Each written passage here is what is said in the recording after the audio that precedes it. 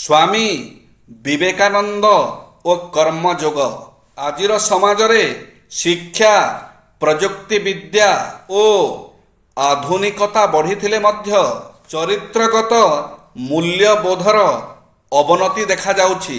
କିନ୍ତୁ ଏହା ନୁହେଁ ଯେ ପୂର୍ବବର୍ତ୍ତୀ ଯୁଗଗୁଡ଼ିକରେ କେବଳ ସଚରିତ୍ର ଲୋକ ହିଁ ଥିଲେ। ପ୍ରତ୍ୟେକ ଯୁଗରେ ସଚରିତ୍ର ଲୋକଙ୍କ ସହିତ ଖଳ ଚରିତ୍ର ଲୋକମାନେ ମଧ୍ୟ ରହି ଆସିଛନ୍ତି। ପ୍ରତ୍ୟେକ ଯୁଗରେ କେତେକ ମହାପୁରୁଷ ଜନ୍ମ ନେଇ ସମାଜର ଚରିତ୍ର ଗଠନରେ ଗୁରୁତ୍ୱପୂର୍ଣ୍ଣ ଭୂମିକା ଗ୍ରହଣ କରିଛନ୍ତି। ସେହିପରି ସ୍ୱାମୀ ବିବେକାନନ୍ଦ ଏହି ଆଧୁନିକ ଯୁଗର ଜଣେ ମହାପୁରୁଷ ଓ ତାଙ୍କ ବାଣୀଗୁଡ଼ିକ ମନୁଷ୍ୟର ଚରିତ୍ର ଗଢ଼ିବାରେ ପଥ ପ୍ରଦର୍ଶକ।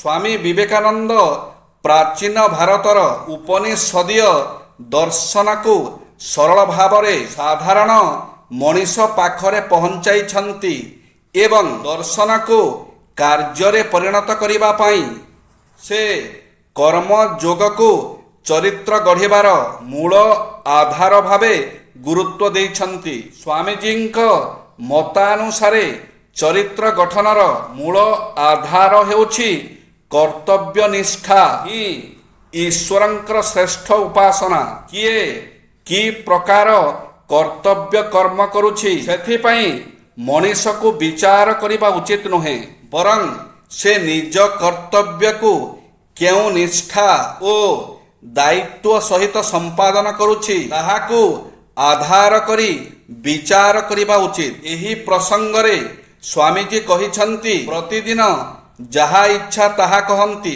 ଏହିପରି ଜଣେ ଅଧ୍ୟାପକ ଅପେକ୍ଷା ଯେଉଁଛି ନିଜ କର୍ମକୁ ସମ୍ପୂର୍ଣ୍ଣ ନିଷ୍ଠା ସହିତ କରି ସୁନ୍ଦର ଓ ମଜବୁତ ଜୋତା ପ୍ରସ୍ତୁତ କରେ ସେ ଚରିତ୍ରରେ ବଡ଼।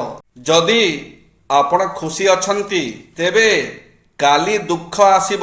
ଯଦି ଆପଣ ଆଜି ଦୁଃଖରେ ଅଛନ୍ତି ତେବେ କାଲି ଖୁସି ଆସିବ। ସମସ୍ତ ଦିନ ସମାନ ନୁହେଁ। ଯଦି ଆପଣ ଆଜି ଖୁସି ଅଛନ୍ତି ତେବେ ଗର୍ବ କରନ୍ତୁ ନାହିଁ। ଯଦି ଆପଣ ଆଜି ଦୁଃଖରେ ଅଛନ୍ତି ତେବେ ବହୁତ ଦୁଃଖ କରନ୍ତୁ ନାହିଁ। ଏହା ଏକ ଚକ୍ର, ସୁଖ ଏବଂ ଦୁଃଖର ଚକ୍ର ଜାରି ରହେ। ସବୁବେଳେ ମନେ ରଖିବେ ଯେ ଅନ୍ୟ ଆଖିରେ ଲୁହ ଦେଇ ନିଜର ସୁଖ ତିଆରି କଲେ ତାହା ବେଶୀ ଦିନ ତିଷ୍ଠି ପାରେ ନାହିଁ।